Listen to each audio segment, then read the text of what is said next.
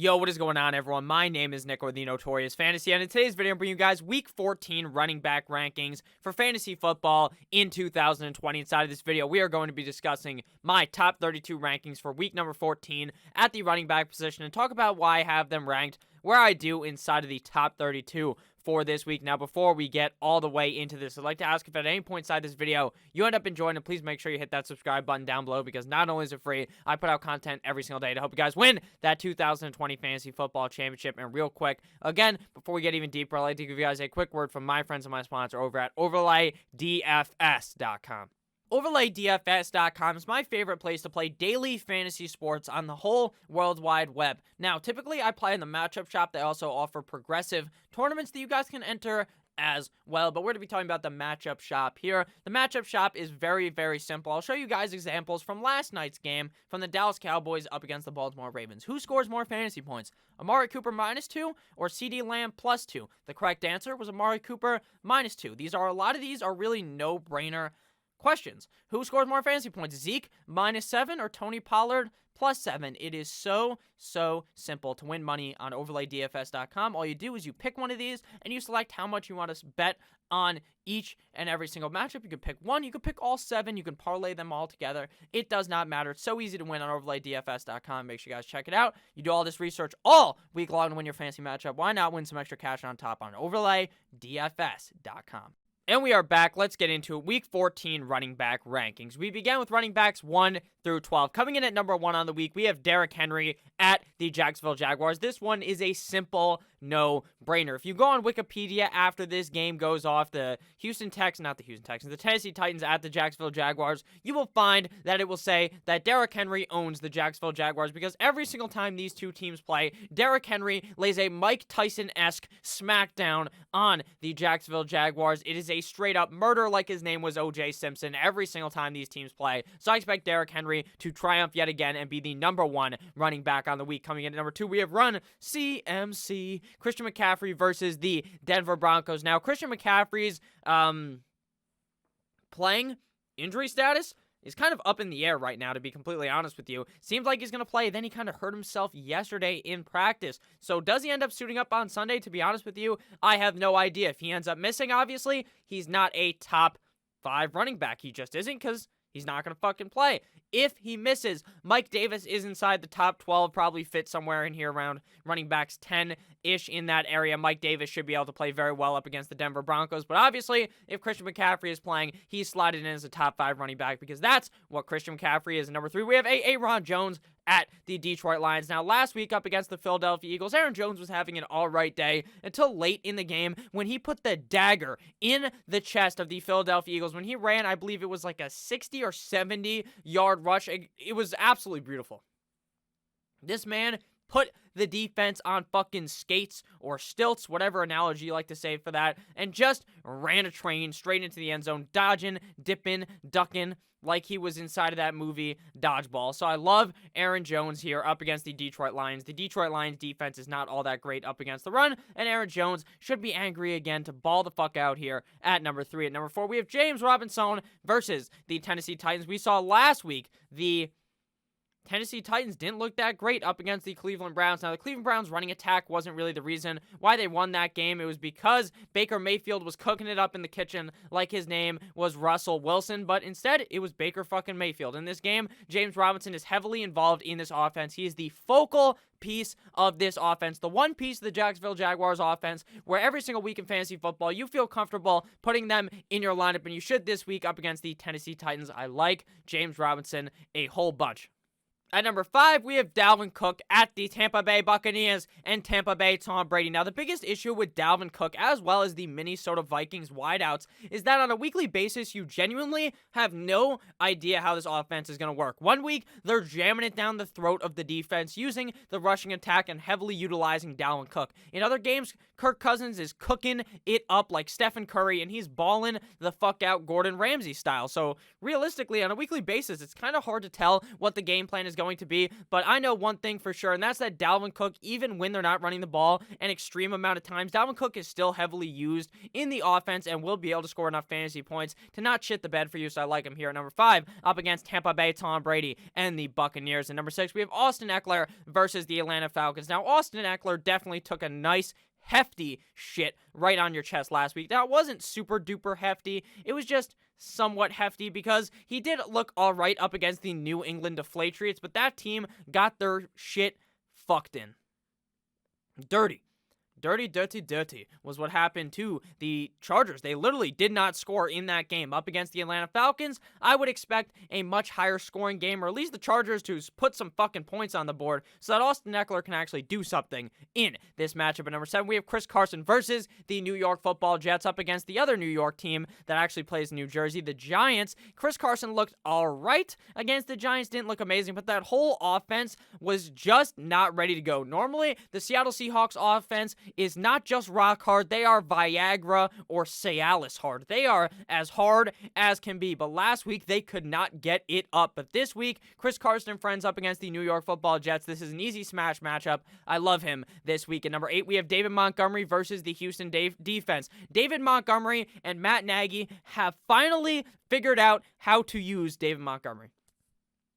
All last year, I touted David Montgomery going into the fantasy draft, and he was all right? He wasn't amazing, didn't really shit the bed, was just an all right pick. This year, it was looking bad. Bad news bears for David Montgomery. He wasn't playing all that well, but in the last 2 games, Matt Nagy finally got his head out of his ass and started to utilize David Montgomery. So a huge round of applause for him, and a huge round of applause for you guys who drafted him in fantasy football, because this matchup up against the Houston Texans is amazing. I got him as running back 8 on the week. And number 9, we have AK Alvin Kamara at the Philadelphia Eagles. Now, the Philadelphia Eagles, like we touched upon earlier, got a train ran on them late in the game by Aaron Jones. But the biggest issue with Alvin Kamara is not that he's a bad player or something. Alvin Kamara, in my opinion, one of the 3 best running backs in the whole entire National Football League. But the problem with him is Taysom Hill. Hill takes this offense in a completely different direction. Drew Brees tells him to go right.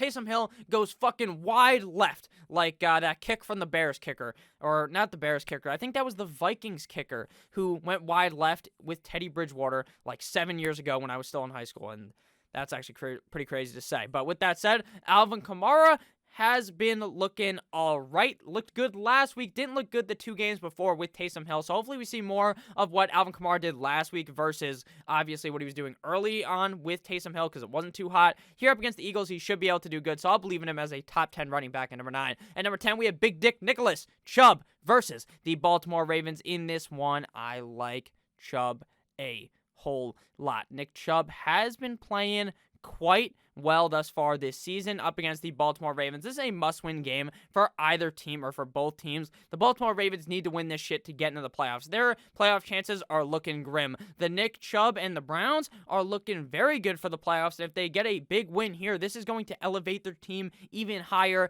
in the standings. I think Nick Chubb is going to be able to run very well up against the Baltimore Ravens. This is no easy opponent, though, but I still think he should do fine due to an extreme amount of volume coming from this Cleveland Browns offense. At number 11, we have Ezekiel Elliott at the Cincinnati Bengals. Now, I was kind of worried about where I was going to rank him when I was making the running back start or sit video, because that was before we saw what happened last night up against the Baltimore Ravens. I was kind of worried. I was like, what will Ezekiel Elliott actually do? Because Ezekiel Elliott has been real tipsy fucking turvy as it's gone on this season. Early on with Dakota Prescott, he was looking good, but after Dak got hurt, it seemed like grim for Ezekiel Elliott because he wasn't playing very well at all last night. Last night or 2 nights ago as you guys are watching this, he actually looked pretty good up against the Baltimore Ravens, so I will fire him up here in a very easy matchup at the Cincinnati Bengals. At number 12, we have another NFC beast running back, the NFC East that is, Wayne Gallman versus the Arizona Cardinals. Now, Wayne Gallman has lit it up like his name was fucking Snoop Doggy Dogg as of recently. I don't know what this man puts in his cereal, but as of recently, like the last 5 games, Wayne Gallman has looked like a completely different running back to how he's looked in the rest of his NFL career. Last year, if you guys remember, Saquon Barkley went down, and Wayne Gallman was all right? He was no like top 12 running back like Saquon Barkley was. But now, if you're a Giants fan, you're probably all right with the fact that Saquon Barkley's gone. Obviously, Barkley's much better than Gallman, but he's a nice replacement and has looked pretty good in these games, especially for fantasy football. He did end up getting vultured last week twice up against the Seattle Seahawks, which completely sucks dick for you, obviously, if you owned Wayne Gallman. Very fucking annoying, but I doubt that happens this week up against the Arizona Cardinals. I love the Gall man here in this matchup. Now to running backs 13 through 24. So if you guys have ended up enjoying throughout this video and you didn't click subscribe already, if you're new, please make sure that you do that. And if you are not new, you've been watching for a while, I'd really appreciate if you could hit that like button down below. It helps get my videos out to more people like you guys, there can be more people eating those W's and winning their fantasy football championships. Running backs 13 through 24. We began with JT, Jonathan Taylor, at the Las Vegas Raiders. Jonathan Taylor, what a fucking sight to see. This guy comes into the season and is hot and then ice fucking cold, right? Just so as cold as it can get, like the iceberg that sunk the Titanic. And then as of recently, last game, we saw Jonathan Taylor get dechained or unleashed like, I think it's Django Unchained.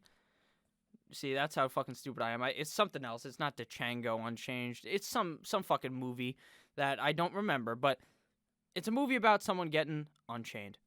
I googled it. The movie's actually called Django Unchained, so I was a little bit close there. But with that said, without the stupid simile or whatever this word is, when you're comparing two things in the English language, Jonathan Taylor has looked good.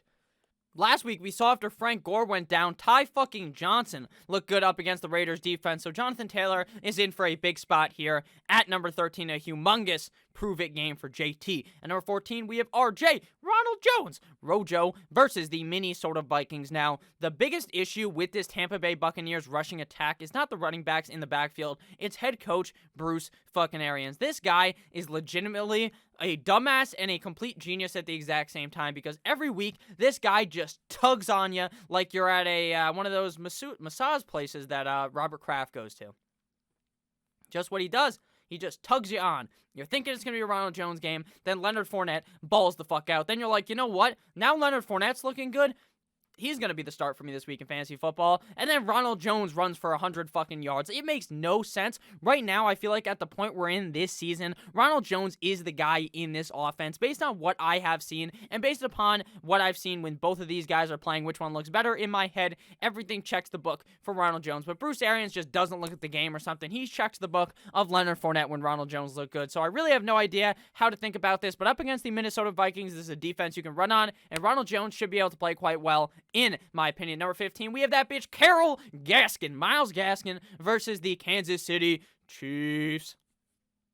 This is a must-win matchup for the Miami Dolphins. Now, not necessarily must-win, but as a Dolphins fan, I want to go into Miami and beat the ever-living shit out of the Kansas City Chiefs. Will it happen? Probably not. Myles Gaskin last week up against the Cincinnati Bengals didn't play amazing, but he was coming off of an injury, so you can kind of discount that game as him coming off the injury. He also had a humongous big run that ended up getting fumbled. It got swatted J.J. Watt style out of the motherfucker's hand, and it probably would have resulted in potentially even a touchdown, so his point total would have been much higher. Obviously, you can't necessarily discount that because the guy fucking fumbled, but I'll discount it. Myles Gaskin should look much better up against the Chiefs this week. At number 16, we have, just kidding, J.K. Dobbins at the Cleveland Browns.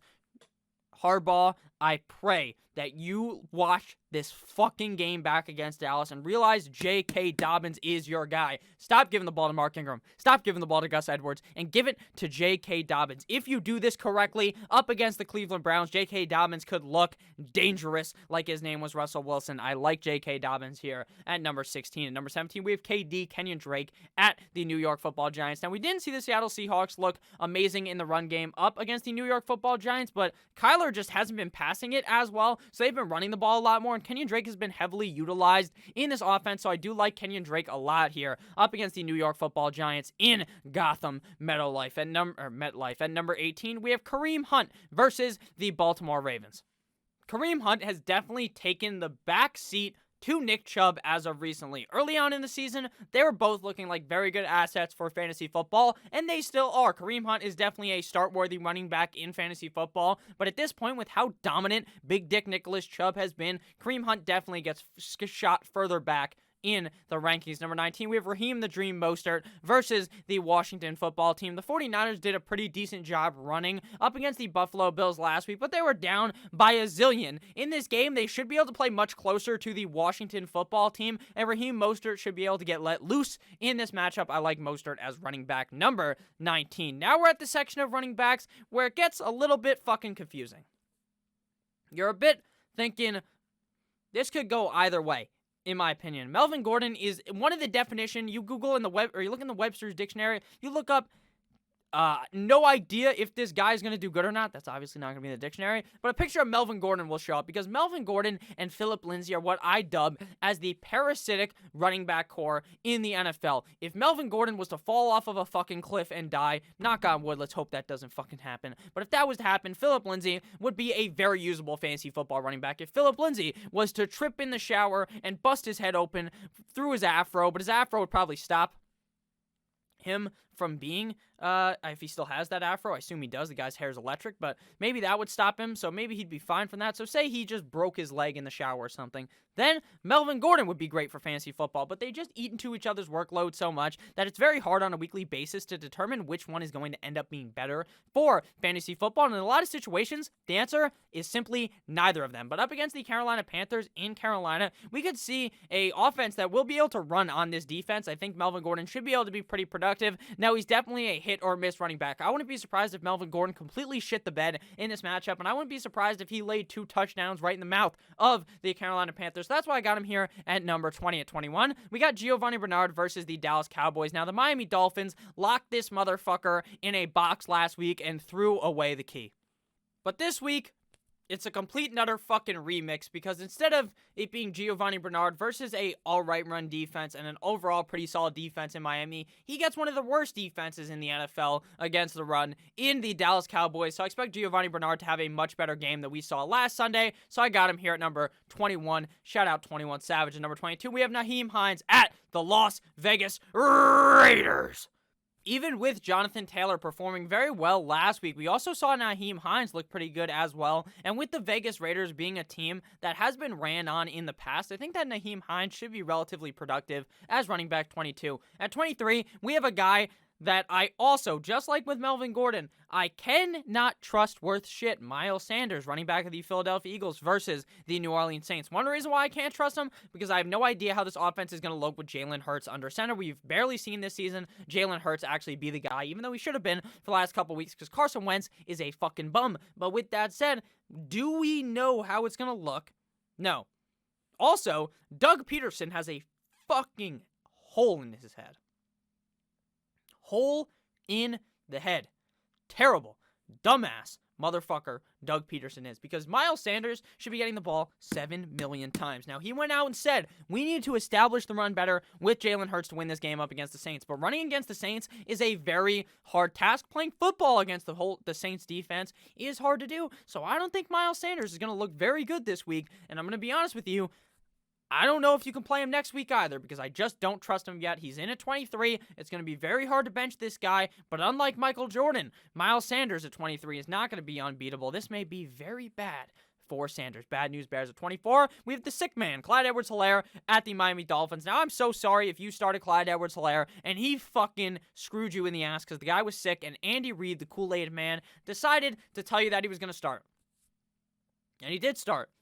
Sitting on the bench, that's what he started doing, because he was on the bench the whole fucking time, didn't even get in the game. Up against Miami, this is a tough matchup. I don't love CEH this week up against the Dolphins. Would I be surprised if he played amazing? No, but right now, at this point in the season, I don't trust CEH enough to really put him inside of the top 20. Let's hope the guy's not sick, and he actually plays so that you can start him down to running backs 25 through 32. Again, if you guys have ended up enjoying, please make sure that you guys hit that subscribe button down below. Again, not only is it free, I put out that content every single day to help you guys win that 2020 Fantasy Football Championship. Running backs 25 through 32. At 25, we have Cam Akers versus the New England Patriots. Now, Cam Akers has been great, as Tony the fucking Tiger would say.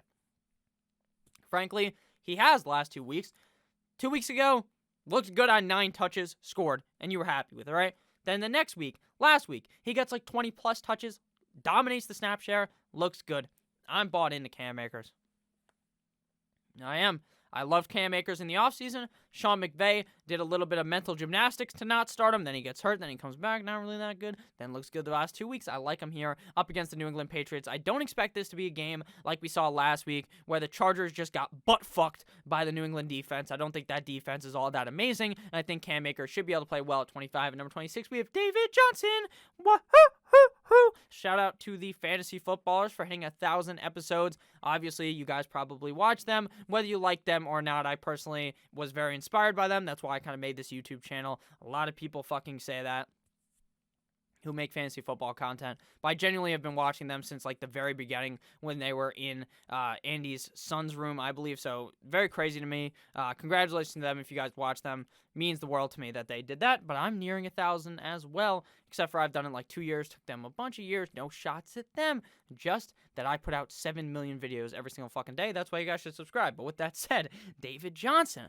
I don't love David Johnson this week up against these Chicago Bears. Now, this is not the Chicago Bears of the past when they were a lockdown defense in like the 80s. It's not the Chicago Bears of 2 years where they were locked down, but I don't know if I trust David Johnson. Number 27, we have J.D. McKissick at the San Francisco 49ers. The 49ers defense has looked much better as of recently, which kind of scares me a little bit about J.D. McKissick. But if you picked him up off the waiver wire, there's definitely a lot worse options than J.D. McKissick, especially with McKisson Titty's teammate Antonio Gibson being hurt. So I do like McKissick at an all right amount at 27. At 28, we have the man who will never catch a ball, Damian Harris, at the Los Angeles Rams. But you don't need to catch the ball to get 10 fucking points in this Patriots offense with the upside of scoring 16 points by scoring a touchdown. I like Damian Harris as a safe option at 28. At 29, we have James Conner at the Buffalo Bills with the potential to move up like inside of the top 20 if he's 100% healthy. Now, with the guy with the health issues of James Conner, we know he had cancer in the past. This is no knock against James Conner. Very proud of the guy. Again, just like I talked about before. I've talked about this before, James Conner. I love James Conner, one of my favorite running backs in the NFL. This motherfucker won me a championship a couple years ago after Le'Veon Bell fucked me right in the ass by going to go jet ski instead of playing. So I'm very proud of James Conner. I love James Conner. This guy had cancer. He also got COVID. That could be very fucking dangerous. Just could be. Now, I'm not a doctor. Again, I've said this multiple times. I'm not a doctor, and I've talked about this same situation, so I don't know how James Conner is going to look. I frankly do not. Some of these guys lose a decent amount of weight coming off of the Corona protocol, so hopefully James Conner is all right. I love you, James Conner. Up against the Buffalo Bills, not an amazing matchup, but not a bad matchup. Will move his way up into the 20s, I would say, if he's 100% healthy and good to go on Sunday. Next guy here, we got Ty Johnson at the Seattle Seahawks. This could be a smash matchup, but it's also a running back coached by Adam fucking Gase. So he did look very good last week up against the Raiders, and I will give him a round of applause for that, but I don't know I necessarily love him here up against the Seattle I do love him, but I don't know if I trust him. 31, we got James White, who you can't trust at all, up against the Los Angeles Rams. Tonight, my God, James White has 2 good games. Then last week they fucking rail the Chargers and he gets me 2 points. What the fuck, James Robinson, man? Come on, man. As they say on television, I'm going to go ahead and I don't really want to trust James White at 31. At 32, we have, I'm so sorry, Devontae Booker, you motherfucker. Last week, I touted this man as a top 12 running back, and I don't even think the guy got 12 fucking carries against the Jets. The Jets stayed in the game. It was the complete opposite of what I thought would happen. They almost won the game, the Jets, until Greg Williams said, fuck it, I'm Mr. Heat, which is what he actually calls himself. Mr. Heat dialed up the fucking heat to a zillion degrees, sent the house, and fucking Henry Ruggs scores a tug. Who would have known Devontae Booker didn't do good at all up against Indianapolis? Josh Jacobs is probably going to miss, so I'd probably sit Devontae Booker. If I'm being honest with you, he's a top 32 running back because he has a whole lot of chances this week, but I'm not too sure he's going to do anything with it. Thank you guys again so much for watching. This is the end of the video. I hope you guys had a great time. I hope that you guys check out OverlayDFS.com, link down below in the description, and I hope you had a fun time in this video. I always have a fun time recording. I love all of you guys. Thank you guys so much for watching. Thank you so much for watching. Make sure you hit that subscribe button if you're new. If you're not, again, make sure you hit that like button. I do love you all. As always, have a great rest of your guys' day. I'll see you beautiful bastards later in the live stream. There may be another video coming out in a couple of hours, depending on what time I wake up. It's like 2 in the morning as I'm recording this. I'm a tired boy. I need to get my beauty sleep, so I can look great in these videos, because you can totally, the lighting fucking frankly sucks at night some of these times. I look a bit a bit shady back here. You know, there's a little bit of it's not completely bright on my face, but I do appreciate you guys all. You guys don't want to hear me fucking ramble on for another minute, but have a great rest of your guys' day. OverlayDFS.com. See you beautiful bastards later. Check out the live stream, though. The live stream is always fun. I always have a great time. Tyler and Lucas are in the same house in Florida, so there'll be both of us. So it'll be a threesome.